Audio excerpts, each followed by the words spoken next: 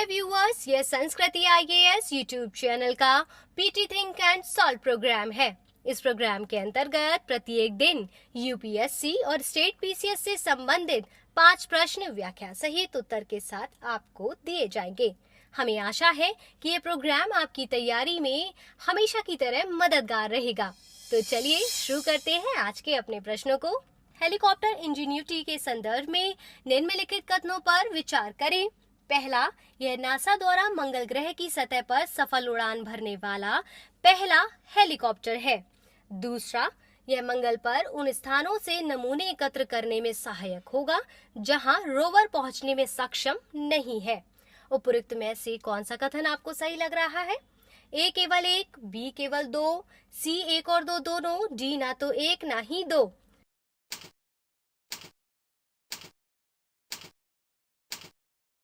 इसका सही उत्तर है ऑप्शन सी। व्याख्या देखते हैं। हाल ही में नासा द्वारा मंगल ग्रह की सतह पर भेजे गए हेलीकॉप्टर इंजीन्यूटी ने पहली सफल उड़ान भरी है। यह दूसरे ग्रह पर संचालित किसी हेलीकॉप्टर की पहली उड़ान है। इसने मंगल ग्रह के जेजेरो क्रेटर में बने एक अस्थायी हेलीपैड से उड़ान भरी है। इस मिशन को नासा के कैलिफोर्निया स्थित जेट प्रोपल्शन लेबोरेटरी से नियंत्रित किया गया है। हेलीकॉप्टर इंजीन्यूटी को नासा के परसेवेरेंस रोवर के साथ मंगल की सतह पर भेजा गया था।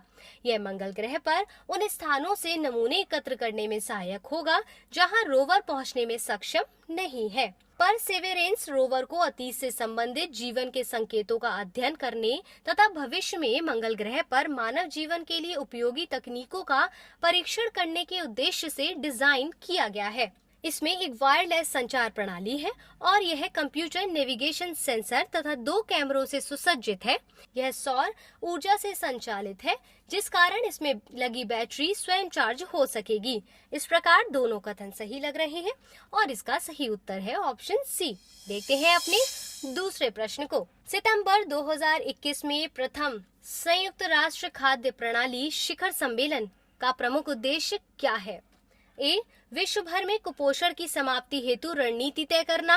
बी, कोविड-19 के दौर में वैश्विक स्तर पर खाद्यान्न आपूर्ति सुनिश्चित करने के लिए देशों द्वारा एकजुट होकर प्रभावी रणनीति तैयार करना है। सी, सतत विकास लक्ष्यों 2030 को प्राप्त करने के कृषि खाद्य प्रणालियों में सकारात्मक बदलाव हेतु कार्रवाई की रणनीति तय करना है। डी, उपरोक्त में से कोई नहीं।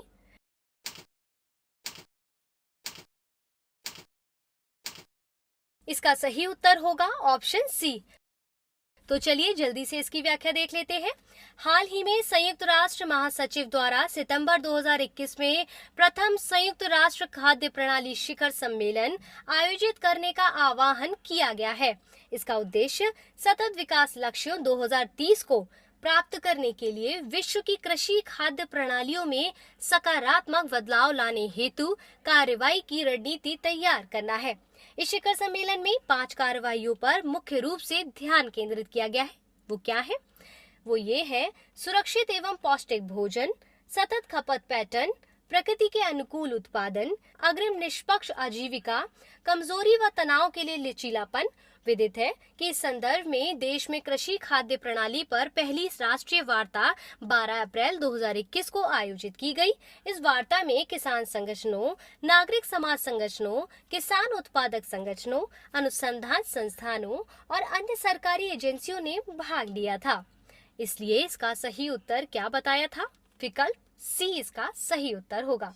तो चलिए देखते हैं अपने अब अगले प्रश्न को। लूनर 25 मिशन के संदर्भ में निम्नलिखित कथनों पर अब विचार करें। पहला, लूनर 25 मिशन रूस द्वारा प्रस्तावित मिशन है। दूसरा, यह मिशन चंद्रमा की सतह के नीचे जमी बर्फ का अध्ययन करेगा। उपरोक्त में से कौन से कथन आपको सही लग रहे हैं? ए केवल एक, बी केवल दो, सी एक और दो दोनों, डी ना तो एक ना ही दो।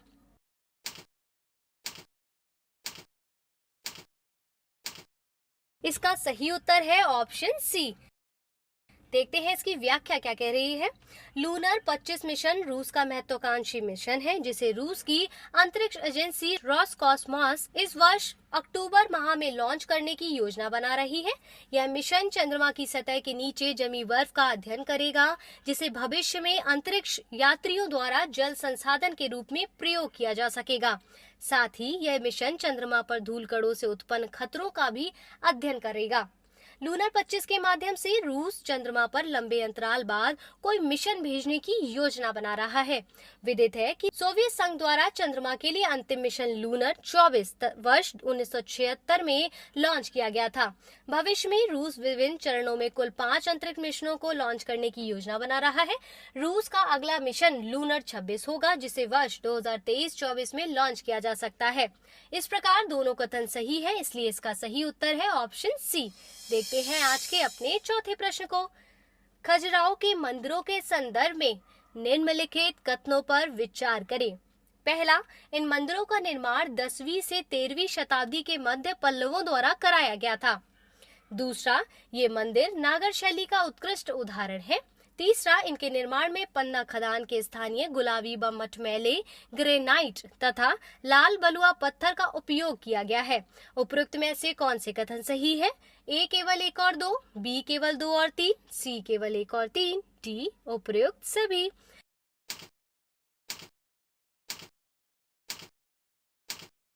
इसका सही उत्तर है ऑप्शन बी। तो देखते हैं इसकी व्याख्या क्या है। खजुराहो के मंदिरों का निर्माण 10वीं से 13वीं शताब्दी के मध्य हुआ। इन मंदिरों का निर्माण चंदेल राजवंश द्वारा कराया गया।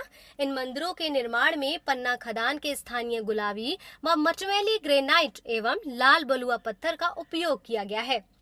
खजुराहो के मंदिर नागर शैली का उत्कृष्ट उदाहरण है। इन मंदिरों में एक गर्भगृह, एक छोटा अंतरिक्ष कक्ष, एक अनुप्रस्थ भाग, अतिरिक्त सभागृह, एक मंडप या बीच का भाग और एक चल मार्ग होता है। इन मंदिरों में परकोटे का पूर्ण अभाव है। इन मंदिरों की नक्काशी मुख्य रूप से हिंदू देवताओं और पौराणिक कथाओं से संबंधित है। मंदिरों की प्रतिमाओं में देवता एवं देवी और अप्सराओं के अलावा संभोगरत प्रतिमाएं तथा पशुओं की आकृतियां हैं। ऐसी मान्यता है कि ये प्रतिमाएं स्त्री सौंदर्य एवं प्रजनन क्षमता के विचार को दर्शाती है। मंदिरों की दीवारों पर दर्शाए गए अन्य दृश्य नरधारा का एक भाग है जो दर्शाता है कि यौन प्रसव एवं काम मानव जीवन का एक अनिवार्य भाग है। खजुराहो में निर्मित प्रमुख मंदिर है कंदारिया महादेव मंदिर, 64 योगिनी मंदिर, ब्रह्मा मंदिर, चित्रगुप्त मंदिर, देवी जगदम्बा मंदिर, लक्ष्मण मंदिर, मातंगेश्वर मंदिर और पार्श्वनाथ मंदिर। इन मंदिरों के निर्माण प्रक्रिया, तकनीकी एवं भव्यता की दृष्टि से कंदारिया महादेव को सर्वोत्तम माना जाता है। खजुराहो के मंदिरों को यूनेस्को की विश्व विरासत सूची में स्थान प्राप्त है। हाल ही में पर्यटन मंत्रालय ने देखो अपना देश श्रृंखला के अंतर्गत 85वें वेबिनार का 17 अप्रैल 2021 को आयोजन किया है। इस आयोजन का शीर्षक था खजुराहो में बने मंदिरों की वास्तुशिल्पीय भव्यता। इस प्रकार कथन 1 सही नहीं है, जबकि कथन 2 और 3 बिल्कुल सही है और इसका सही उत्तर आपको बताया है। इसका सही उत्तर है ऑप्शन बी। चलिए जल्दी से अपने अंतिम प्रश्न को देख लेते हैं। राष्ट्रीय जलवायु सुवेद्यता आकलन रिपोर्ट के संदर्भ में निम्नलिखित कथनों पर विचार करें। पहला, इसे विज्ञान एवं प्रौद्योगिकी विभाग द्वारा जारी किया गया है।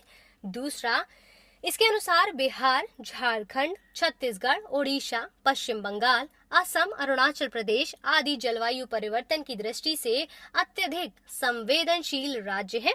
उपरोक्त में से कौन से कथन सही है?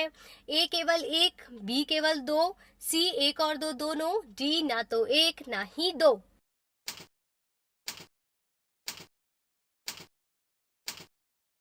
इसका सही उत्तर होगा ऑप्शन सी। देखते हैं इसकी व्याख्या क्या है। हाल ही में विज्ञान एवं प्रौद्योगिकी विभाग द्वारा राष्ट्रीय जलवायु सुवेद्यता आकलन रिपोर्ट जारी की गई है। इसके रिपोर्ट का शीर्षक है एक सामान्य फ्रेमवर्क का प्रयोग करके भारत में अनुकूलन नियोजन हेतु जलवायु सुवेद्यता आकलन।